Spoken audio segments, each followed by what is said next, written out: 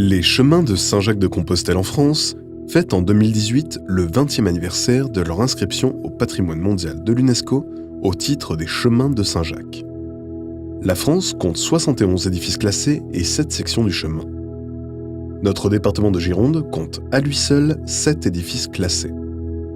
Le visiteur, tout comme le pèlerin, regarde ces édifices s'élevant vers le ciel devant lui, son regard parcourant la construction de bas en haut. Il est en admiration devant cette œuvre des compagnons. Pour fêter ce 20e anniversaire, nous aurons le plaisir de les découvrir vus du ciel. À cette occasion, nous allons déployer au sol 2 immenses drapeaux, l'un représentant le logo de l'UNESCO et l'autre la coquille Saint-Jacques stylisée, bien connue des pèlerins. Après avoir survolé l'édifice et son environnement, ses belles absides et arcs-boutants, nous découvrirons ces 2 grands drapeaux tendus par des pèlerins.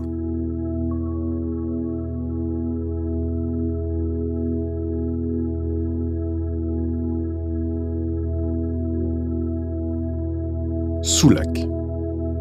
La majestueuse basilique de la fin des terres, édifiée au XIIe siècle à l'extrême pointe du Médoc, entre la mer à l'ouest et la Gironde au nord. Elle nous rappelle la légende de Sainte Véronique, débarquant avec saint Martial vers l'an 50 de notre ère pour évangéliser les populations locales. Nombreux sont les pèlerins qui, depuis la découverte du tombeau de l'apôtre Jacques en Galice, sont passés ici pour honorer Sainte Véronique avant de continuer leur chemin. Venant de Bretagne ou du Nord, autrement dit d'Angleterre, des mers hanséatiques ou de pays nordiques, ils empruntaient tous soit la voie littorale, dite des Anglais, pour retrouver plus loin le Pays Basque, soit celle du Médoc pour se rendre à Bordeaux.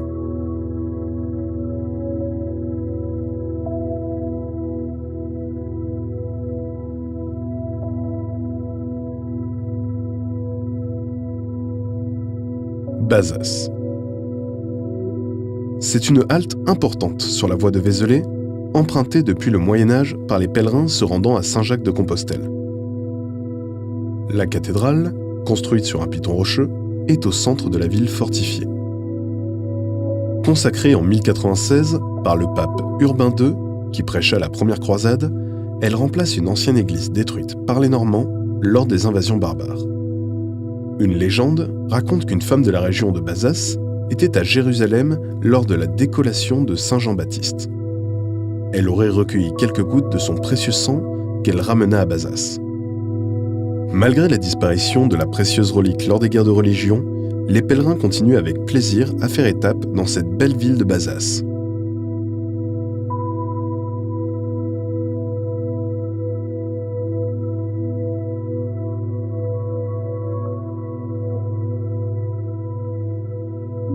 Venir à la Sauve-Majeure, c'est goûter le calme d'un paysage d'Aquitaine dans l'entre-deux-mers, si riche en vins merveilleux.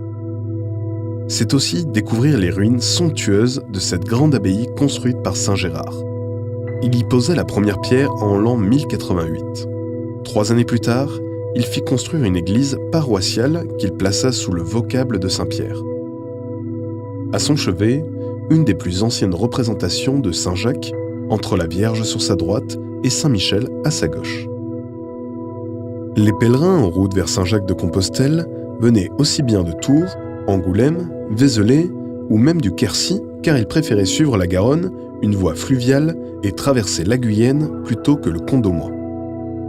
Arrivés à la Grande Sauve, les pèlerins recevaient des mains de l'abbé, le bâton et la panetière bénis. Ils pouvaient ensuite prendre le chemin de Bordeaux ou celui de Bazas.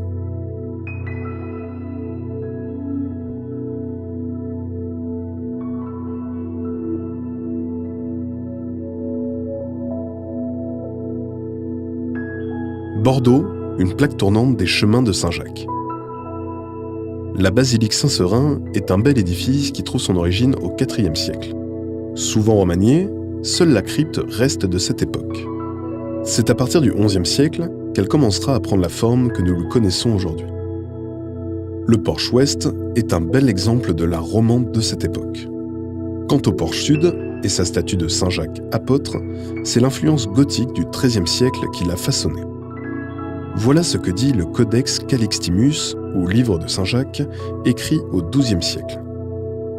il faut rendre visite au corps du bienheureux serein, évêque et confesseur. Et selon la chronique de Turpin, Charlemagne déposa dans la première basilique l'olifant de Roland rempli d'or et de pierreries. Ce corps d'ivoire, ainsi fendu, se trouve à Bordeaux, dans la basilique Saint-Serin.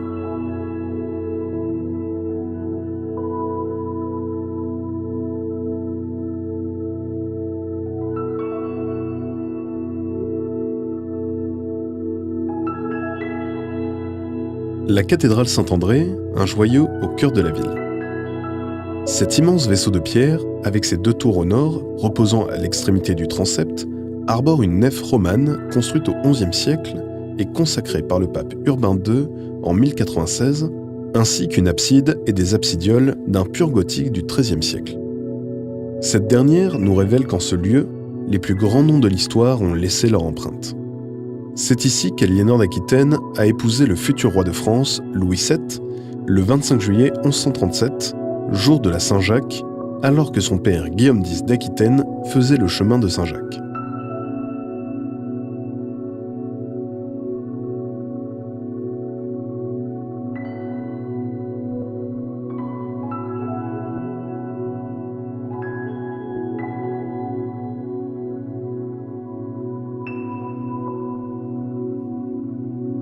La basilique Saint-Michel, un bel exemple de l'art gothique flamboyant, fut construite au XVe siècle sur les restes d'une petite église probablement carolingienne qui avait été restaurée au IXe siècle par Guillaume le Pieux, duc d'Aquitaine. La basilique Saint-Michel est un véritable témoignage du pèlerinage à Compostelle. Le portail nord est ceinturé par un réseau de coquilles Saint-Jacques. Le portail ouest nous montre un Saint-Jacques tenant un livre ouvert. À l'intérieur de l'édifice, un déambulatoire va nous conduire devant la chapelle dédiée à l'apôtre. Le retable est entièrement dédié à Saint-Jacques. Un tableau du XVIIe siècle, au-dessus de l'autel, représente l'apothéose de Saint-Jacques. Quant au vitrail de la chapelle, il nous parle de la vie de Saint-Jacques qui se termine par sa décollation à Jérusalem.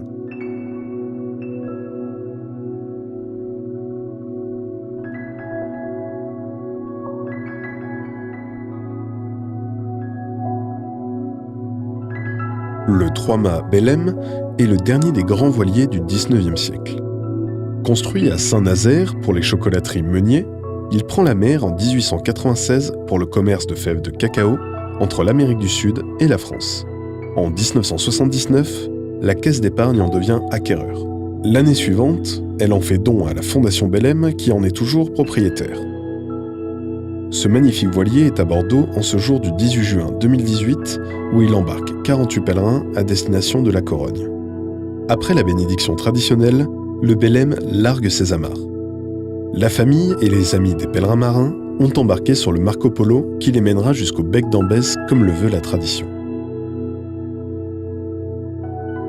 L'association Bordeaux-Compostelle avait à cœur pour ce 20e anniversaire de renouer avec ce qui auront été les plus grands pèlerinages maritimes du Moyen Âge.